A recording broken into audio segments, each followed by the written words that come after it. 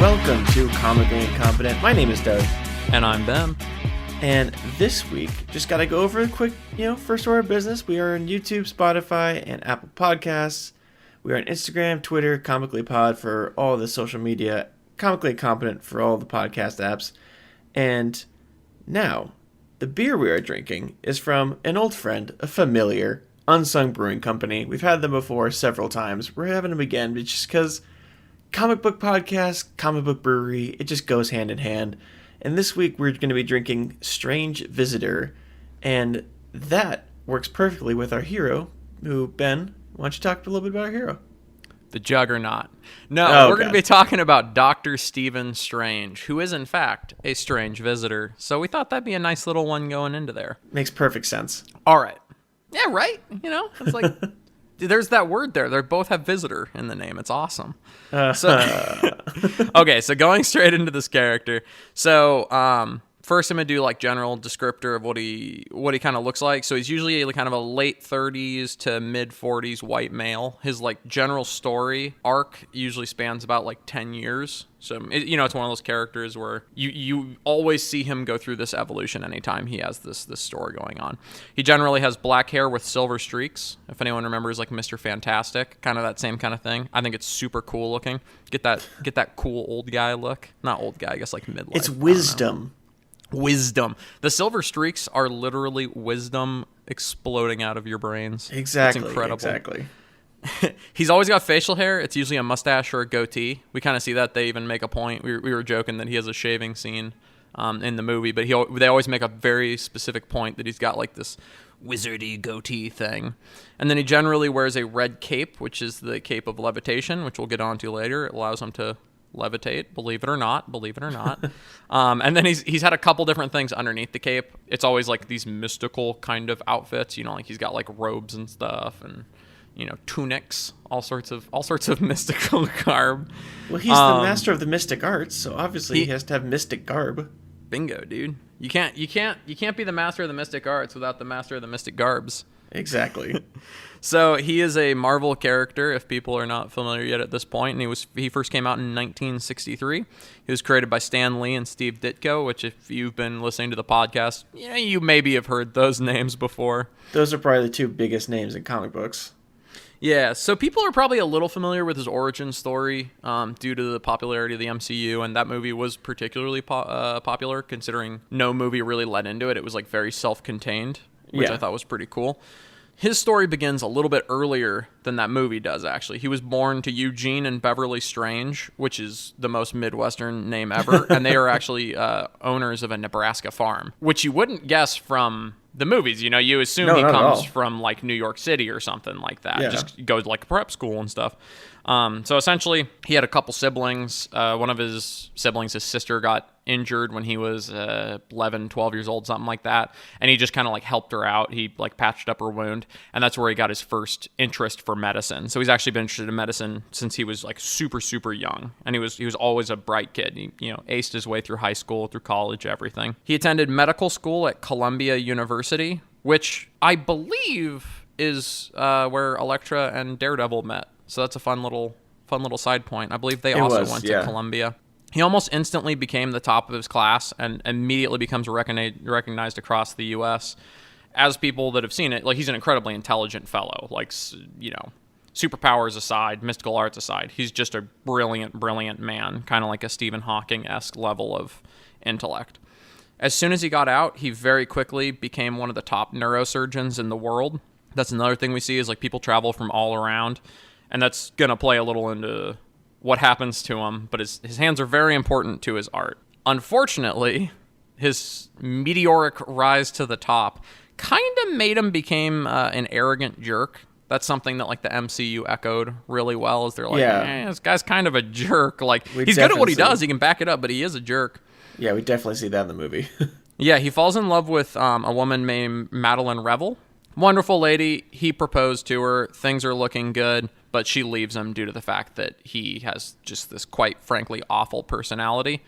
This is where the timeline gets a little different from the movies. Generally, she leaves him, and then he gets into a horrific car accident. In the movies, he gets in the horrific car accident, and I think she leaves him after that because he starts like destroying his life basically, due to all the weird stuff he's doing.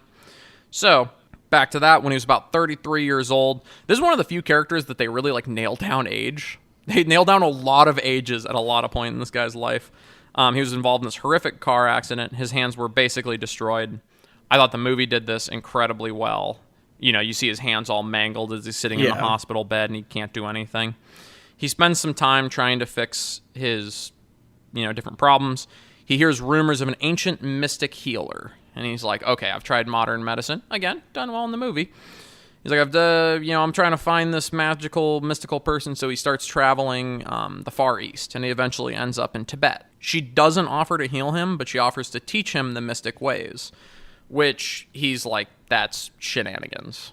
He's like, that's not real. I'm a man of science. Yeah. As we all know, science isn't real. The mystical arts are the true way. Oh, of course. So he refuses her, and he's like, no, I'm not. This is ridiculous. It's a waste of time. Before he can leave, this is, again, another thing that's a little different than in the movies. Before he leaves, he gets trapped in a blizzard, so he has to stay at the sanctuary in Tibet. He gets trapped there for like a couple days. He sees a character named Baron Mordo secretly attack another teacher at the temple.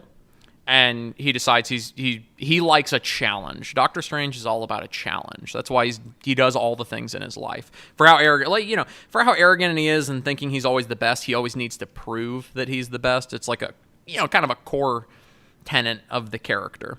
Yeah. So he realizes I can't like fist fight this guy. He knows magical arts. I have these destroyed hands. So he's like, you know what? I'm going to learn magic. I'm going to learn magic specifically to stop this guy so I can be better than this guy. He spends 7 years under the Ancient One in Tibet. Now, that's something I don't think was at all conveyed in the movies. No, the movie makes it seem like he's there for like a month. Yeah, the movie makes it seem like he's not there very long. But traditionally in the comics books, he spends like 7 years under the Ancient One before he masters his arts relatively well. Same thing, he's very driven, he's very competitive. After those 7 years, he decides he's learned enough, and he decides he's going to head back to the U.S. Another thing, as we see in the movies, there's these different mystical protecting temples. He takes over the one in New York. It's not generally it was not as dramatic in the comic books as it was in the movies, but I think the movies expedited kind of the unnecessary stuff very, very, very well. Because you don't even know that stuff's missing when you watch the movie. You're like, it feels very organic. I thought it was one of the better ones. And essentially from here, he becomes New York's mystical protector. Like we've talked about a couple other heroes in a similar stance. Like when we talked about Moon Knight, it was like the supernatural defender. He's the mystical defender of New York. So anytime we run into mystical kind of enemies, like your Mordos, as in the movie, he fights like Dormammu. Dormammu? I've come to bargain. Dormammu, I've come to bargain. Dude, that's going to be burned into my skull from the amount of times they say that in there. And I'm okay with it. Yeah, that's fine. Yeah, so kind of going back to this character Mordo, just to basically put in perspective, if people remember back when we recorded Green Lantern, we were like, oh, we have Green Lantern, and the opposite of him is Sinestro, and it was basically an inversion of each other. You had the green versus the yellow, and they had like this kind of synergistic yin-yang relationship. Mordo and Doctor Strange are very similar in that vein. They're constantly bumping into each other. Sometimes they help each other, sometimes they hurt each other. It's made even more confusing where I'm pretty sure in the Doctor Strange story arcs and universe, there's actually 2 characters that have the name Mordo, and so it gets a little confusing sometimes. And they don't always clarify which is which, so it's something I'm very interested to see. Because if you've seen the movies, his friend in the movie that has like the cudgel, not Wong, but the other guy with the cudgel, they have a lot of cudgels. What's a cudgel? Like a mace shillelagh. It's like a mace that's just wood. Like it's not like a spiky metal mace or anything like that. Gotcha. But he's one of his 2 friends. His name is Mordo, but I'm unsure if it's Baron Mordo or I believe the other Mordo is like, I can't remember his first name. Yeah, because I remember when the trailer came out, I thought, just based off of the little bit that I knew about Doctor Strange, that Mordo was going to be one of the villains. And then you watch the movie and he's his friend. So I wasn't sure about that, but that makes more sense. I guess maybe I was thinking of the other one. Yeah, and they've chosen to do some changes in the MCU, which I think were probably for the better. And I probably think I think what they're going to end up doing is combining the 2 Mordo characters And maybe in the upcoming Doctor Strange movie, we'll see him return as a Baron Mordo kind of villain, because there was some tumultuousness in their relationship in that movie as it went on, just because he's strict rule follower. You know. Well, it is the multiverse of madness. Maybe in one of the multiverses that he's the other Mordo, or the bad Mordo. Oh, you know what? That's a really good point. I didn't think about this multiverse. I mean, we could see 2 iterations of the same guy with good versus evil. Yeah. I'm more excited for this movie than I was before, and I was already very excited about this movie. All right. So, my favorite part of the podcast is we're going to start talking about the superpowers of this character. So I'm going to break this into 2 categories, and it's not going to be the categories where I say real superpowers and not real superpowers. He has a very long list, and so I'm going to ignore the fact that he's a doctor and a neurosurgeon, and that's a superpower, and I appreciate all the neurosurgeons out there. But we're going to break it into powers that he has because he is the Sorcerer and Sorcerer Supreme. And then after that, I'm going to break it into the gear he has, because he has a lot of gear, and his gear gives him powers and enhances his powers. So I'm going to say, let's start with our guessing game of what, as the Sorcerer Supreme, is he able to do. See, I feel like I'm going to do the gear one better, just because I feel like I want to say that... No, trust me, no, you're not. Well, because he has that ring in the movie that he can open up. He does that little circle with his hand that he can open up the teleporter. So, like, does that go into gear, or does that go into, like... I actually would the count... ability to teleport. So... Or not teleport, but, like, walk through the way these portals. that ring works is it's essentially like a kind of like a tuning fork. So it allows him to focus, essentially. So you can make an argument that he couldn't do any magic without that. You can make, it's called a slip ring. You can make the argument that he can do all of his magic with that. That essentially allows him, it's like a wand in Harry Potter, where like they're still magical without the wand, but the wand is how they focus all their abilities. So personally, I threw that under base powers because it's such a fundamental part of them. When we get to the gear, it'll be a little more specific. So let's kind of go into the stuff that you've seen him do because of that, because of the slip ring / his training. Well, he can open up portals to, like, other places in the world. Yeah, and I think he actually opens up the coolest looking portals. I've watched a lot of nerdy movies and television, and I think the sparkly, like, every time I describe him, I feel like I'm like Spider-Man in Endgame, where he's like, and he started doing the thing, and he was spinning his hand, you know, like right when Iron Man gives him the hug. Yeah. I feel like that every time I start imagining that. I'm like, oh, I'm so excited, he's doing the spinny thing, like... Yeah, so he can conjure up portals that can basically lead you theoretically anywhere through those portals, because they're kind of like a punch through the dimension. Yeah, I think you see a lot of what he can do in Infinity War when he's fighting Thanos. You see him like he can see, so you know, he can see like into the future, different versions of the future, different ways things can pan out. He can create multiple versions of himself.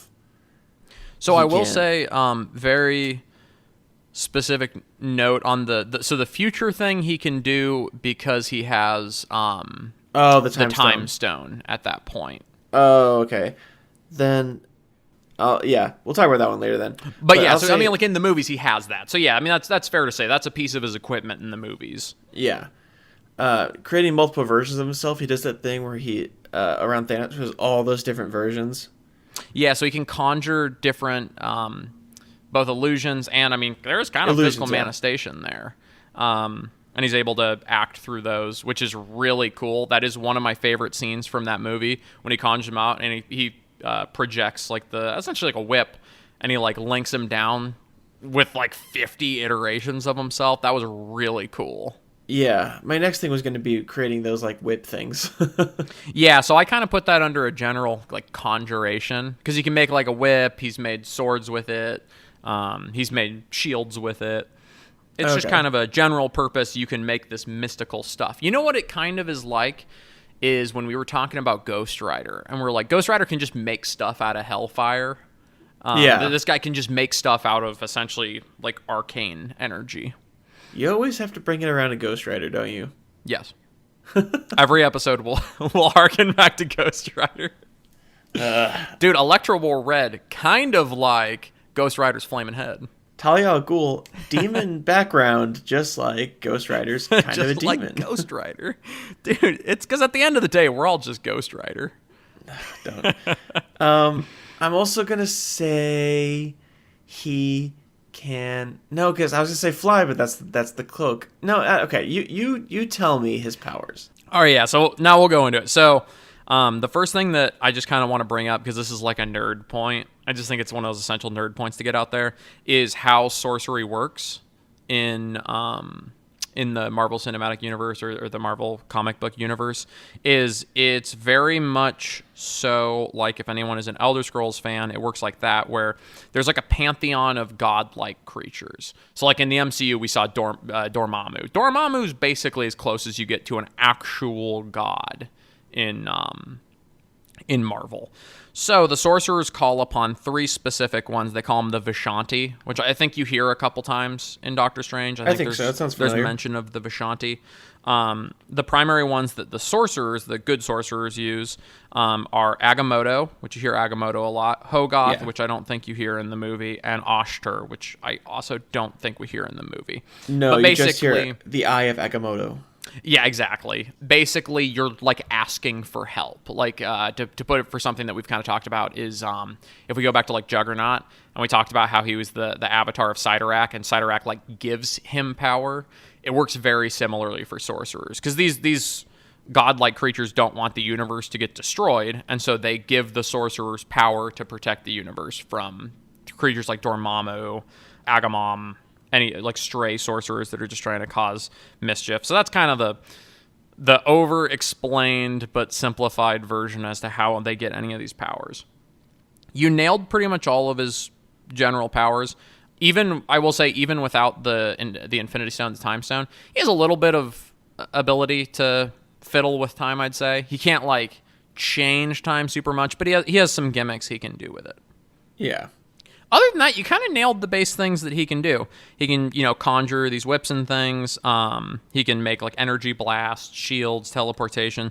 The one thing that you did not bring up that was actually in the movies a fair bit is he has the ability to astrally project himself, which if you think of all the scenes they were fighting like as ghosts, those are astral projections. The cool thing about those is you can shoot it like across space. And so he could realistically, I think Doctor Strange should have been able to be, if we're going to like Infinity War, he should have been able to be in space on the ship and astrally project all the way to Earth. But we don't want to get too mucky. That probably would have just opened up Pandora's box about how complicated the plot would have been. So I don't at all fault them for not getting into that. You got to pretend like that kind of stuff can't happen just to keep moving the plot in the direction you need to.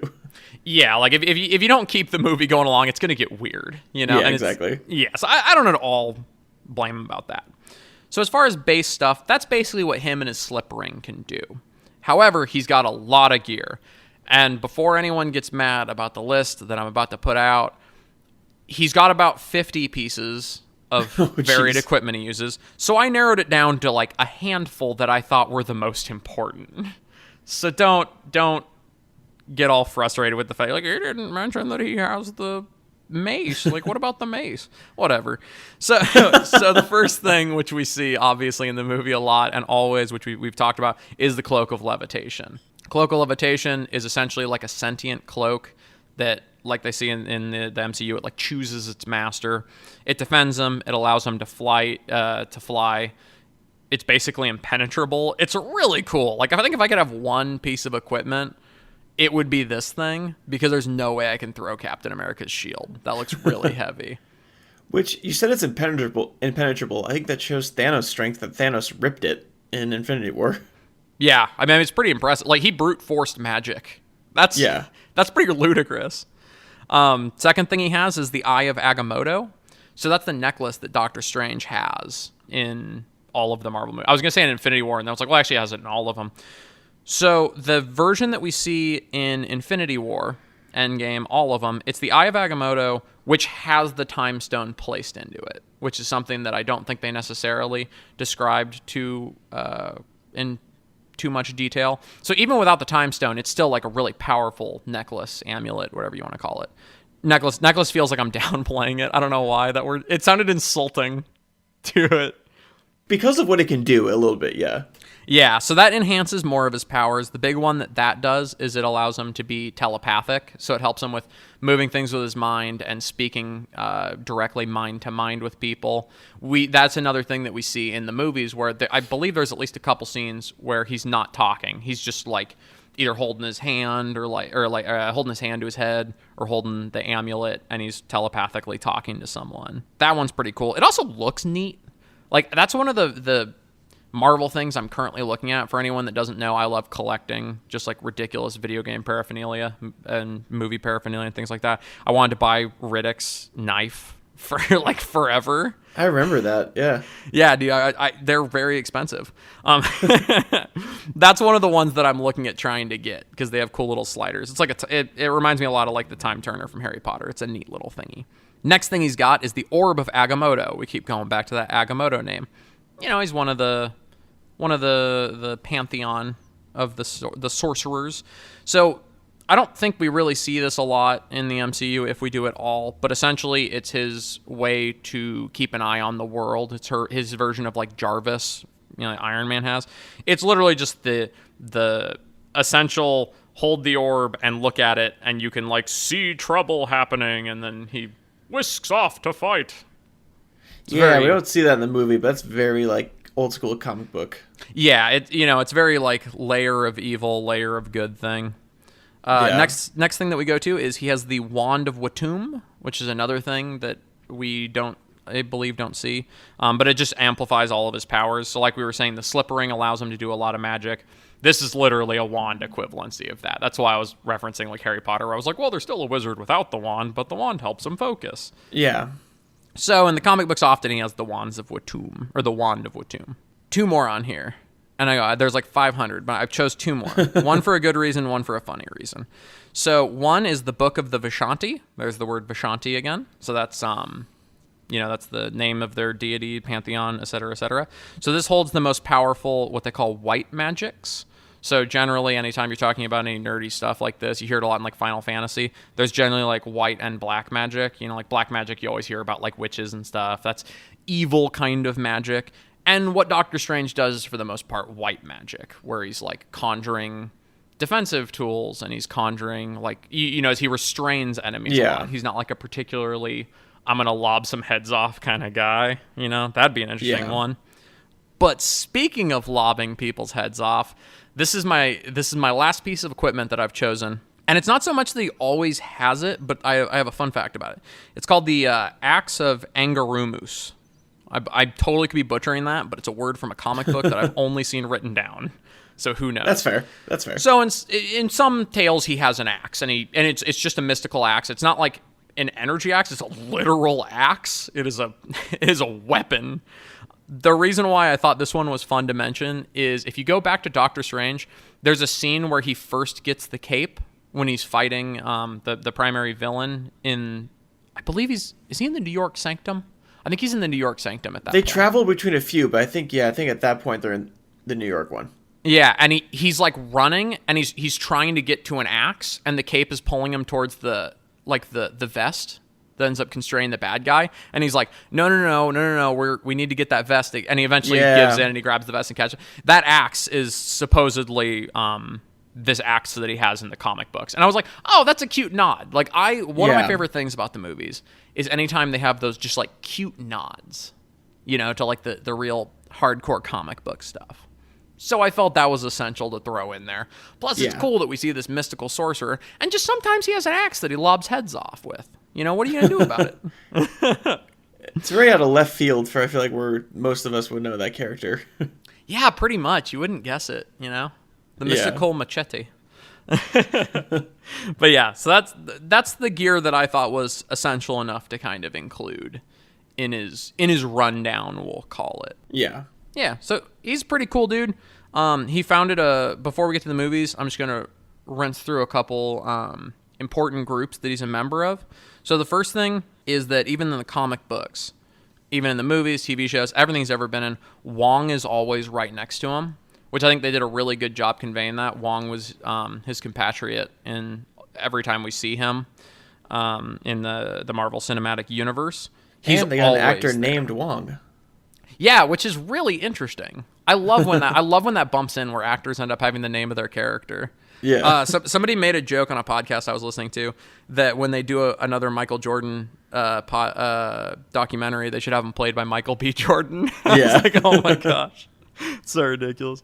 So Wong's kind of is ever present. He's kind of like a mix of Robin and Alfred, where he does a lot of like the maintenance of the magical realms that they take care of, but he also does fight. So he's kind of in that middle ground there. He's a founder of the Illuminati, which Illuminati is basically like the mystical version of the Avengers. They deal with all of the mystical Dormammu-esque threats. He's a founder and leader of the Midnight Suns, which I believe we brought up in, I think, Ghost Rider and Moon Knight's episodes. But that's another one. We brought that up a few times, I remember, which is, I think it was the coolest name I've heard. Right? Oh, Midnight Suns. It sounds like a biker gang, doesn't it? It does. Yeah. I love it. I guess that helps that Ghost Rider rides the motorcycle. What do you know? And then he was the original founder and leader of the Defenders. So everybody imagines the Defenders today, and they imagine like Jessica Jones, Luke Cage, Iron Fist, Punisher, or technically Punisher's not in there, Daredevil, et cetera, et cetera. So the Defenders are actually a group that's been around for like 40 years now at this point. And it's one of those like the Avengers where at some point or another, almost everyone's been in the Defenders. Yeah. But it's fun that he was the original founder of it. And they weren't originally like small-time New York Defenders. They were more of a global kind of organization. I thought those were kind of the important contributions that he's made to the different groups. He's actually founded a lot of groups, which is really weird. This guy's founded more groups than like Cyclops has. Cyclops has been a lot of founding members. Oh, okay. Yeah, every phase of the X-Men, he's always a founder somehow. They always make it work. But I like Cyclops, so it works. Yeah, so I apologize to our listeners. That felt very long, but this guy has a long list of powers. He's done a lot. I'm sure, as Doug will get into, he's been in actually a lot of iterations of stuff, like everyone thinks of the most recent MCU, but this is a guy that he's been around. He's been around. Yeah, it's a long list. Yeah, so Doug, why don't you get a little more into the cinematic and television and or universe? So he's been in a lot. I mean, as far as television goes, he's been around since the 80s. One of his first appearances in television was in Spider-Man and His Amazing Friends, which was a 1981 television show. He appeared in the 1990s X-Men. He appeared in the Incredible Hulk episode of his TV show. Just a bunch of things. He showed up a lot, but I think one of the more interesting ones, that was television. As far as film goes, his first film iteration, he was played by Peter Hooton in 1978. Wow, that is incredibly long time ago. If you can look up a picture of it, please do. It is the most ridiculous looking thing I've ever seen.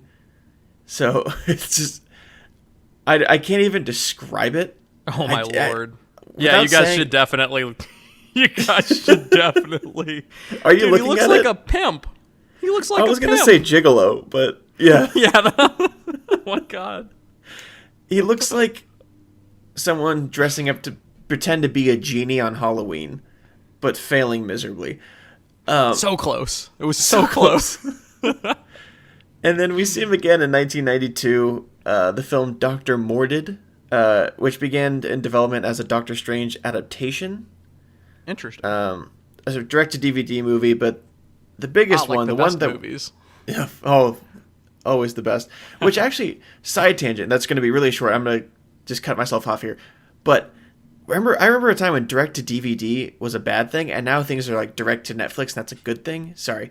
Side tangent. I'm going to cut myself off. I actually like that. I like the direct-to-Netflix stuff. I don't mind it. As long as it's not hurting the industry as a whole. Which, I mean, like, obviously it's hurting some parts of it, but some ways. But the thing that we know Doctor Strange, I feel like, personally, and most people, would be the Marvel Cinematic Universe. We see him in his first movie in 2016, played by the wonderful, the amazing, the talented Benedict Cumberbatch. I love him. He's fantastic. Amazing actor. The movie was directed by Scott Derrickson, who at the time before this movie had really directed a lot of horror. He directed Sinister, Deliver Us from Evil, The Exorcism of Emily Rose, Hellraiser. So he had a very horror background going into it, which I thought helped and added a lot into it. I didn't realize that about the director, but now that you mentioned that, I really did appreciate it. Because Not a ton, but there was some like disturbing imagery in that movie. Yeah. Like not awfully disturbing, but like I think his background must have really helped with that. Yeah, and I think where you see that a lot, where it comes in, is that I feel like people with horror backgrounds, a lot of horror movies use practical props, which practical is like real props, real sets, real things that you can touch and stuff like that. So CGI and practical are the opposites. The practical makeup on his hands was done so well that they look like scars. It still makes me uncomfortable. Everything that has to do with that car accident and seeing him in the hospital. And even afterwards when you just see his scarred hands, like, oh my lord, that makes me uncomfortable. I'm a bit of a nervous Nelly when it comes to like medical stuff. Oh my gosh, that makes me uncomfortable. In a good way. In a good, like very well done from a production standpoint. Yeah, he did a great job. We have Chitwell Ejiofor, who plays Mordo. He is, I think, one of the greater actors of our time. I mean, 12 Years a Slave was fantastic. You have Rachel McAdams, who plays Dr. Christine Palmer, who is his love interest, which I know you'd mentioned he marries or is engaged at least to somebody else, but they used Christine Palmer, and then Benedict Wong playing Wong, who I love. Benedict Wong, he is fantastic, amazing actor. But also, what are the odds you're getting two Benedicts in a movie in 2020? Or that was 2016? Yeah. 2016. He was fantastic. He was funny, and he was cool, and he was likable. Like everything about him. Benedict Wong did a wonderful job in that movie. Yeah. And then the last two actors that I'm going to point out is we have Tilda Swinton, who plays the Ancient One, who I know that I feel like tugged people the wrong way having a white actress play a Tibetan Ancient One at the time. Yeah. But I didn't personally get bothered by it because, like, I mean, I'm going to be honest, you go into that temple and it's, like, incredibly multicultural. The first two people we get introduced to it that go to that temple are Doctor Strange and I don't remember the guy's name, but the guys that playing basketball is just, like, two Caucasian Americans are the first, like, people that are going to enter the mystical world that we're introduced to. So, I mean, I don't get bothered by as much. They make a clear point that the Ancient One is part of, like, a line. I would understand if it was, like, this temple in Tibet and it was the first Ancient One ever. Yeah. I'd maybe understand it a little bit more because it'd be like, well, that's kind of weird. Why would this place be in Tibet if this is, like, the founder is this, most likely English kind of person? Well, Tilda Swinton is probably the whitest person on Earth. She did a great job. She's fantastic. No, I'm not knocking her acting. She's one of the top people on the list when people go, like, hey, do you remember, like, this like, really big actor that's in the MCU? And I go, it's, like, Robert Redford. I'm like, I always forget that they're in the MCU. Like, not because they didn't do a great job, but, like, it's crazy that we live in an era where it's not weird that Robert Redford and Tilda Swinton are in superhero movies. No, I love her as an actress. I mean, Snowpiercer, she was amazing in Snowpiercer. Great Grand Budapest Hotel, she's fantastic. And then to round out our cast so far of what we're going to talk about, we have Mads Mikkelsen, who plays the villain Caecilius, which super sick name. He was Caecilius. A very, very good villain. I mean, that actor. I mean, he played one of my favorite Bond villains in Casino Royale. He's fantastic. He had that he would cry blood. He was very. I'm gonna be honest. Cool is that from the Bond? I didn't see. I didn't see either of the 2-3 new Bond movies. I haven't seen any of the Daniel Craig ones. It was the first one with Daniel Craig. It's the only one I would recommend that you watch. It was really, really good. Are the others? Oh gosh, I didn't realize that the others weren't very great. No, the Bond. So side tangent. The Bond movies have this with Daniel Craig ones have this weird thing of every other one is good. So Casino Royale was the first one, amazing. Quantum of Solace sucked. The second, Skyfall was amazing. Spectre kind of sucked, and now we have that last one coming out. So he's on his fifth Bond movie. I thought he had like 3. No, fifth and final one, which was supposed to come out, but then because of the pandemic. But supposedly, based on the pattern, it's going to be good. And it looks really, really good. Statistically speaking, should be awesome. Yeah. So, in the film, we have Benedict Cumberbatch playing Doctor Strange. So, you think that Caecilius is the main villain. Turns out he is just a puppet trying to bring Dormammu into our human Earth realm. And so Doctor Strange has to use the Time Stone to stop it. It's actually a really good movie. It was one that when I saw it in theaters, I would think I was very hesitant because I'm not sure why. I just didn't, I kind of left being like, eh. I watched it again when it came, like in theaters. I went and saw it a second time because I was with a friend who hadn't seen it yet. and I liked it a lot more, and I've grown to love it every viewing since, and it became one of my favorites. You know what's funny? I think that must be like a consistent trend, because I had the same thing. The first time I watched it, like, I liked it. I was like, that was a fine movie. Yeah. I've probably seen it, oh God, I don't know. I've probably seen it like 7 times now. I've watched that movie a lot. It's very high on my list of, at least of like single character movies. Like, it's in my top 3 favorite MCU single character or solo movies, or whatever you want to call them. Yeah. It's really good, and every time I watch it, I like it more and more. Maybe it's that there's just I think maybe what throws it off on the first viewing is it's a really fast movie. Like, there's some segments in there where they go to like 5 different locations in like 20 minutes. Yeah, they go pretty quick. And you kind of need to like wrap your head around a lot of the fights and stuff. And it's not that it's done, like, the fights are done poorly, it's that they're done really well. And they're crazy, but there's a lot of little details that you don't notice on the first watch through that it just keeps getting better and better every time you watch it, which I think is really neat. Yeah, definitely. We also see him in Thor Ragnarok, which he has a really, really funny bit in Thor Ragnarok when oh God, he traps Loki in that thing, and then Loki falls out. He's like, "I've been falling for 30 minutes." He has a great moment there. He's really he keeps filling up Thor's beer. He's really funny in that one. Oh, dude, when Thor calls for his hammer and you just hear it smashing the sanctum to bits, and he's just like kind of awkwardly standing there. Yeah, it's fantastic. And then it reprises as a main character in Avengers Infinity War and Avengers Endgame as one of the most famous, I feel like, scenes is when Iron Man looks at Doctor Strange, and he holds up that finger like, this was the one reality that we win if you do what you know you have to do. And then we all know Iron Man, Tony Stark, snaps his fingers, sacrifices himself, and he's fantastic.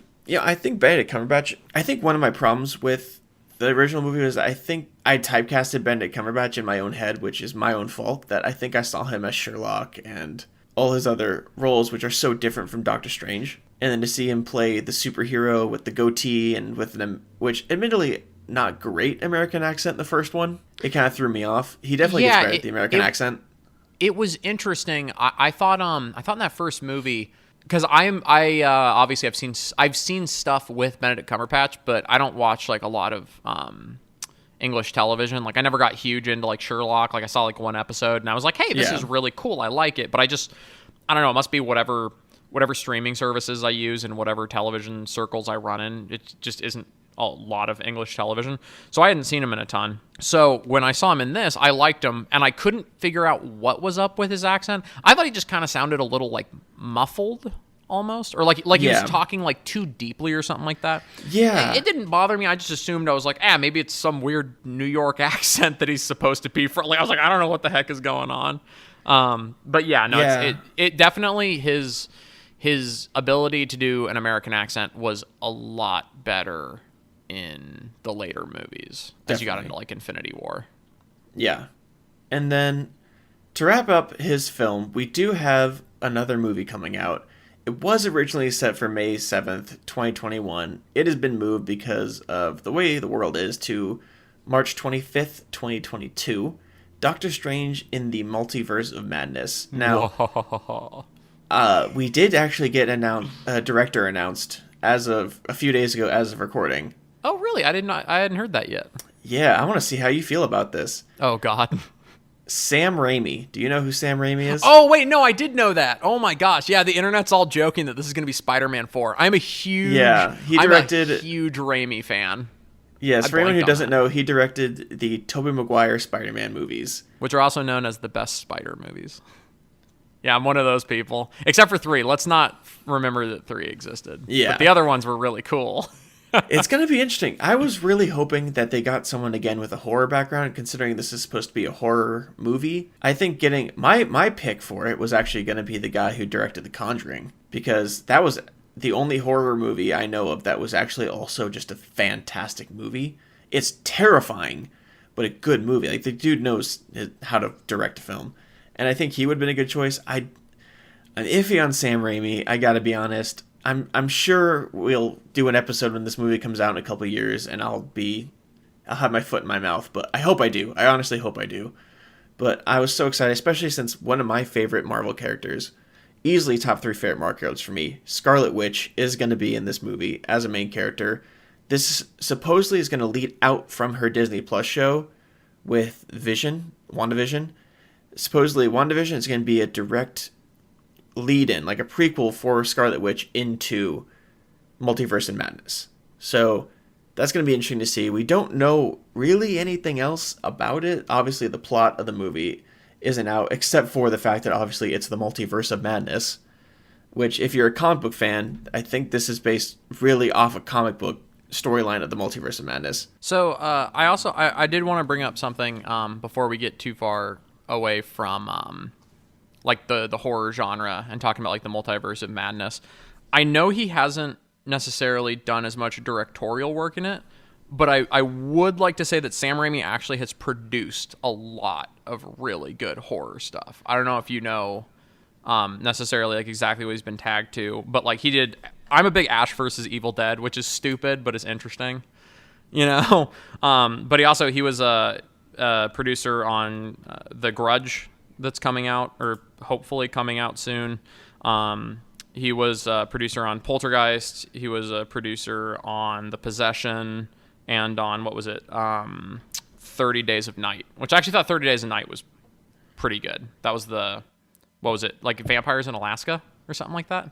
Came out like 10 years ago. Yeah, I'm not sure, but yeah, his directing has not been as horror-based. I mean, no, I'm hoping it's going to be a good yeah. foot in the door. I'm hoping it's going to be like, oh, wait a minute, like, I mean, like, again, there's like Ash versus Evil Dead is horror-ish. Yeah. It's weird.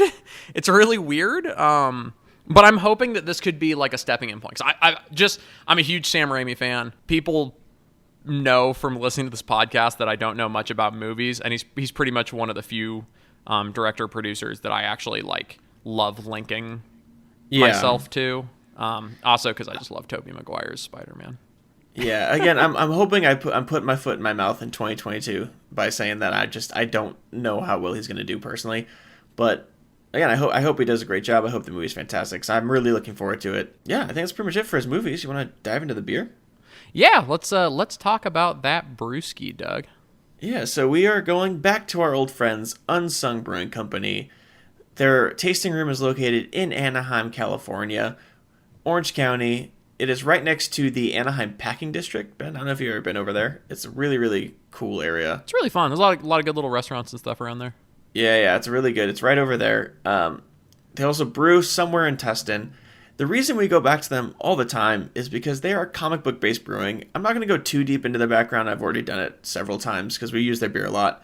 But this one specifically is called Strange Visitor. It is a double IPA and has an 8.8 alcohol by volume.